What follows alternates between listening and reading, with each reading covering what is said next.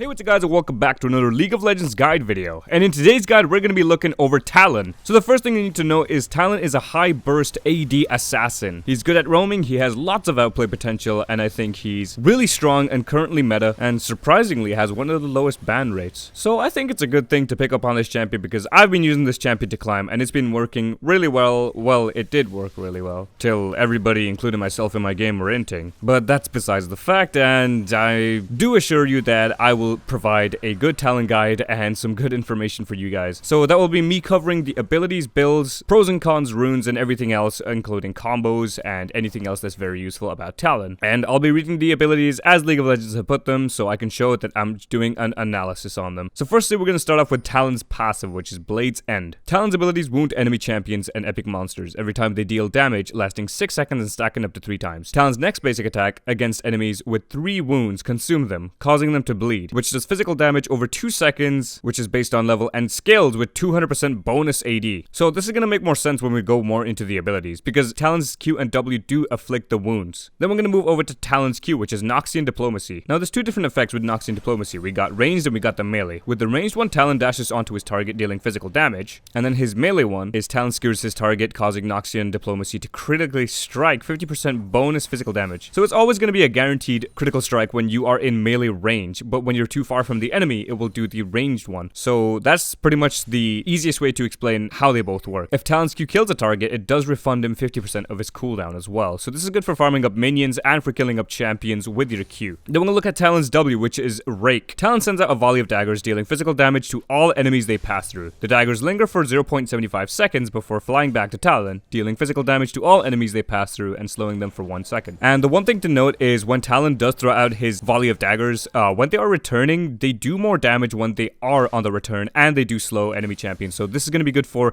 closing in on your enemy, and try to hit both of the rake daggers. It's going to be really useful for when it comes to fighting all in one. Then we'll look at Talon's E, which is pretty much his iconic move, Assassin's Path. Talon dashes a maximum of 800 units over a target structure or piece of terrain, with the dash's speed based on his movement speed. Talon cannot cast Assassin's Path on the same area of terrain for a set duration. That is because the wall that he casts it on does go on cooldown as well. However, the cooldown of the actual E ability is pretty small, so you can jump over to the next wall. So it's pretty much good for escaping people that do have flashes and dashes. So it's really good for escaping and for moving around the map. So this is going to be your main roaming ability. Then we will finally look at Talon's ultimate, which is Shadow Assault. Talon disperses a ring of blades, dealing physical damage to all enemies hit while gaining invisibility and bonus movement speed for up to 2.5 seconds. When Talon emerges from invisibility, the blades converge to his location, dealing the same physical damage to all enemies they pass through. Breaking invisibility with a basic attack or Noxian Diplomacy causes the blade to converge to his target instead. So bear in mind his ultimate does also apply the wounds, which will be good for his passive, so you don't always have to hit both of your W's, because remember, any damaging ability that you do hit on an enemy champion will give them at least 1 wound per hit. So if you press Q on an enemy champion, it will give them 1 wound. If you hit both parts of your W, it will put 2 wounds, and when you have 3 wounds, if you auto attack the enemy champion, it will proc the passive and it will allow you to have the bleed effect on them. Shadow Assault just makes it a lot easier and makes it more spreadable, because you can put this on multiple targets and proc passive on different targets. And considering this ability does give you invisibility as well, it's also going to hint to as why you build a Duskblade as well. This is going to help put out a lot of damage and helps through a lot of outplay potential, and it can be used in both ways, offensively and defensively. So that was pretty much the abilities. So just to quickly summarize about Talon's abilities on how to use them is, I already explained how the passive works, how you need 3 wounds on an enemy champion, and how your Q will put 1 wound on them and your W will put 2 wounds on them, and just make sure that you land your second W so it slows the enemy. And this is going to be really useful in level 2, because if Talon does hit 2 of his W's and then goes in for the Q, he can pretty much one-shot an enemy champion at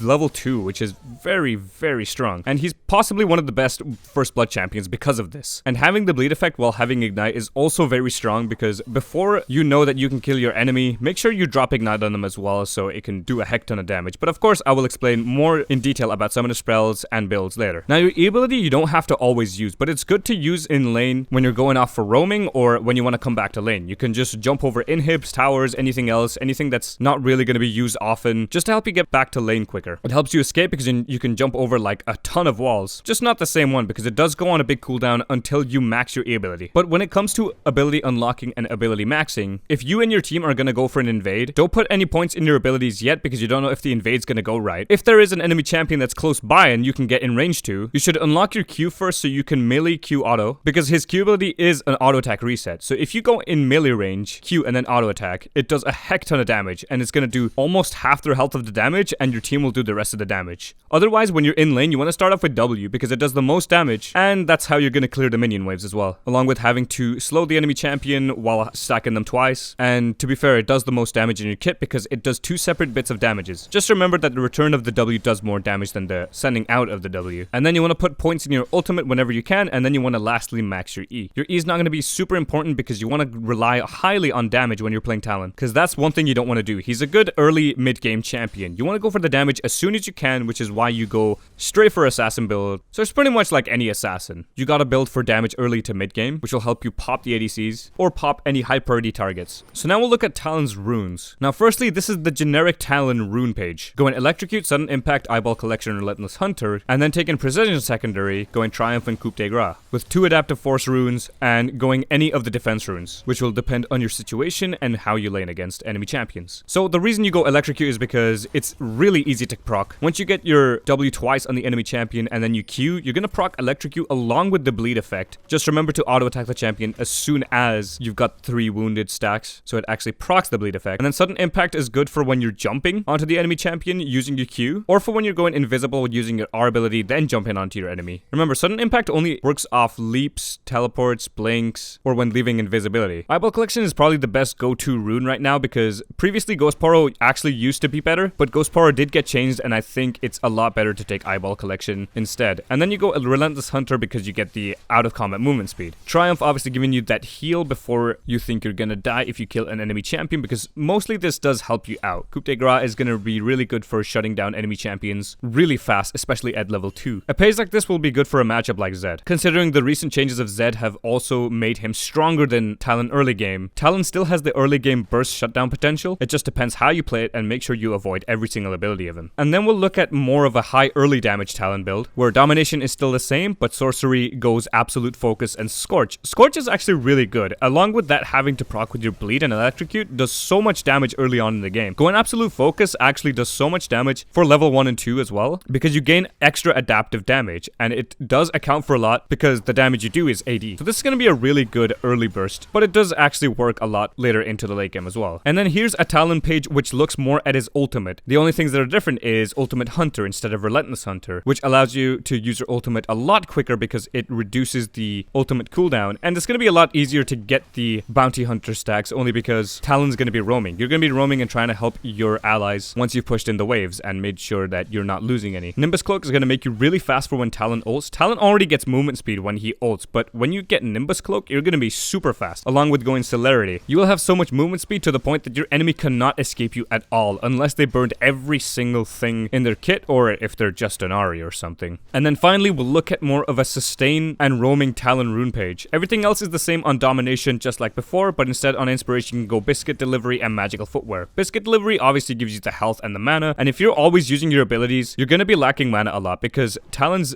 W does end up costing a lot once you're putting points into it, and if you're always being aggressive and always using it, you're going to have to take Biscuit Delivery just so you can make up for all of that. And then Magical Footwear is really good because you don't have to think about buying boots really early on into the game. And remember, every time you shut down an enemy champion, 30 seconds is knocked off from the 10-minute mark that you get your magical boots, along with you having to get the movement speed for them. So you can just ignore the boots and start rushing other items that are really important. And once you get your boots, it's going to be really good for roaming. I think Magical Footwear actually really does help for roaming because it gives you the nice amount of movement speed that you need, and it doesn't have to force you to buy boots unless you really had to counterplay an enemy champion. So that was pretty much Talon's runes. So I'm going to move over to his builds now. So when it comes to starting the game with Talon, you want to go Longsword or you want to either go Refillable Potion and 3 pots. You can decide between the two. If you have an enemy champion that just completely destroys you, you can go Corruption Pot or Doran Shield. And if you think you can really destroy the enemy champion, you can go Longsword Rejuvenation Bead. The reason I say Rejuvenation Bead is so you can rush your core starter item, which is what we will move on to now. The first one being Tiamat and Serrated Dirk. These are going to be your 2 main items. Tiamat is going to be the first main item only because it really does help Talon farm and also does help you put in extra burst of damage when you're all-inning. And not only that, every time when you use your W, proc it twice and get your Q, you can also proc your Tiamat, so you can get some extra damage in there along with the bleed, so it applies a heck ton of more damage. This is super good to have for auto attack resetting with your Q, because you can auto attack, Q, auto attack, and then you can use your Tiamat, which is pretty much 4 different attacks all in one go. And then you want to get your Serrated because with Talon, you're going to be building lethality items all the time. And mobility boots are going to be the main go-to, especially when you're ahead, because it's going to allow Talon to roam really far. And if you do have to go up against a really high burst AP champion, then I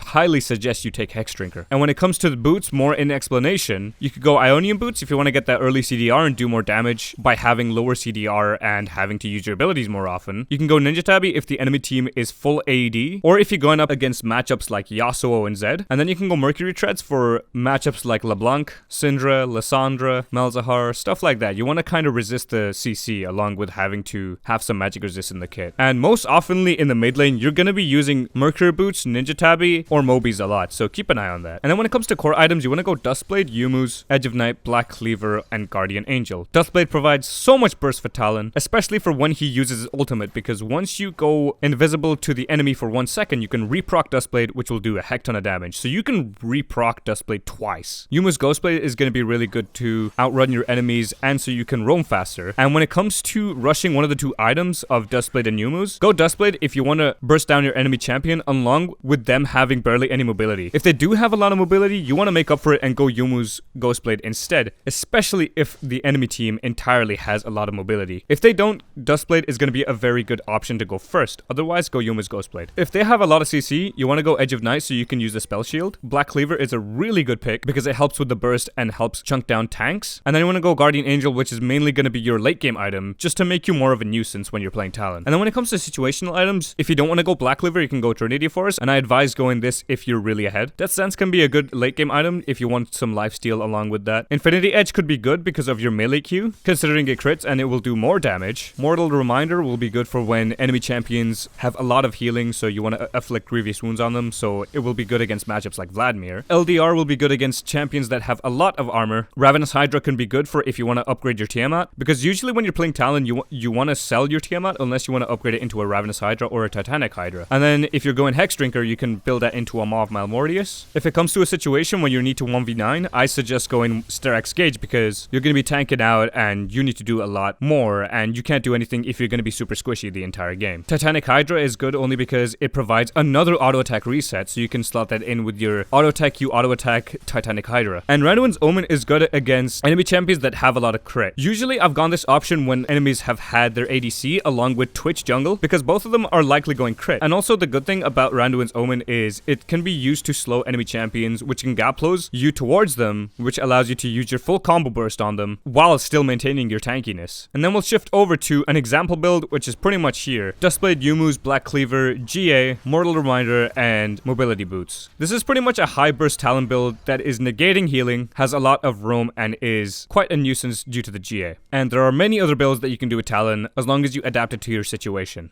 And one last thing to note is when you're going summoner spells, you want to go Ignite and Flash, which is pretty much the generic Talon summoner spells. Otherwise, if you got enemy champions like Zoe, you can go Cleanse, because most of the times you won't get a chance to even proc your all in. So if you don't think you'll get the chance to, go Cleanse. But once you do that, you're going to be lacking a lot of damage. So you got to keep an eye on that. So now that I've talked about Talon's builds, I'm going to talk to you about Talon's laning phase and his phases throughout the game. So when it comes to laning phase and it comes to melee champions, you want to harass them every time they go up for minions, because enemy champions that are melee are always going to have to walk up to minions to auto attack them, most likely in most situations without having to use abilities. This is where you have to harass them and use your W, get both the procs, and go in for the Q. Against ranged champions, you can do the other way around. Instead of having to use your W to reach them, you could use your Q to gap close onto them, because a lot of ranged champions tend to comfortably auto attack you from far away. But if you're close to them, they won't be doing that. Unless they're a very dangerous champion, you shouldn't be doing that, because champions like Syndra or Lissandra can CC you the moment you're close to them. So what you want to do is use your W to farm up minions, because ranged champions are going to try bullying you, because Talon is melee range, so you can't really do much about that. So the best thing to do is try using your W to farm up minions along with having to poke the enemy ranged champion, depending on how strong they are, and always counter build them, and make sure you go in for the best opportunities that you can. Make sure you get as much farm as you can, especially against ranged champions, because they're going to be the ones to likely bully you the most when you're playing Talon. If an enemy champion is a lot stronger than you and is freezing the wave, the best thing to do is to go roam and look for an opportunity, because the one thing that's going to happen is you're not going to miss out much because the lane's frozen and you can't really do much. The only way to break a freeze is to have your jungler come to your lane and completely destroy the enemy minions and to reset the wave. So keep this in mind, especially for Talon top lane. If you're ever being frozen on and you can't really break it, just go for a roam and make sure you come back in time for the minions, in case the enemy does mess up the freeze, because usually that does happen really often. Talon's early game is super strong, because his W and Q allows him to proc his passive very early into the game, and he has the strongest level 2, and if you proc your passive pretty much twice on level 2, the enemy champion's dead. Make sure you use your ignite when you're alling them, because it will do so much damage with the bleed and the ignite damage. When it comes to early mid game, you want to go Tiamat, obviously, so you can farm up, and you want to start looking for roams. You want to use your E ability to start roaming about, and one thing to keep in mind is when you're roaming towards the mid game, I think you should start buying control wards, and you want to switch out your warding totem for an oracle, because you want to go vision denial when you're playing Talon. Everyone's going to be seeking out for where you are. When you're playing as Talon, especially in high elo, a lot of people are going to be seeking out for you, and they want to know where you are at all times, because Talon does a lot of damage, and his presence is scary early mid game. So the best thing to do is either control wards and oracle, or just flat out just go control wards along with having your warding totems, just to have a lot of sight everywhere. Once you can start looking for picks, it will be good for your entire team, especially trying to look for picks on the enemy jungle, because one thing I realized was after getting so many picks on enemy junglers as Talon, it really does set them behind and puts your jungler so far ahead to the point they can invade. Remember, when you're playing Talon, you're not only thinking about yourself, you got to think about your team, you got to roam, and you got to make sure that you can protect your jungler, because early skirmishes are really good with Talon. So if your jungler is getting invaded on, and if you get the chance without having to miss a big wave, or if you have just a really good opportunity, you should go for it. Just go roam over to the fight and make sure it ends in your favor. And then when it comes to late game, Talon does actually fall off in this stage. The best thing to do in this part of the game is to either pick off enemy champions or start pushing in the side waves. Talon's actually really good at escaping enemy champions, so if they did all run after you when you're playing Talon, you can use your ultimate ability if they all did try and collapse on you, so you can go invis and you can jump over the wall. So make sure in the late game you want to push in the side waves and pick off enemy champions as well as you can. And remember, the same does apply in team fights. You want to always go for the high priority targets, which is mainly going to be either the mid laner or the ADC. After that, your team is going to do the rest of the work. Remember, Talon is a champion that is not going to just sit there and be a fighter like Yasuo or something. He's a champion that just goes in, gets kills, gets out. So now that we've explained the generics of Talon, I'm going to be going into the combos, and then I'm going to conclude the video with the pros and cons. Then I'll give any extra details that are necessary.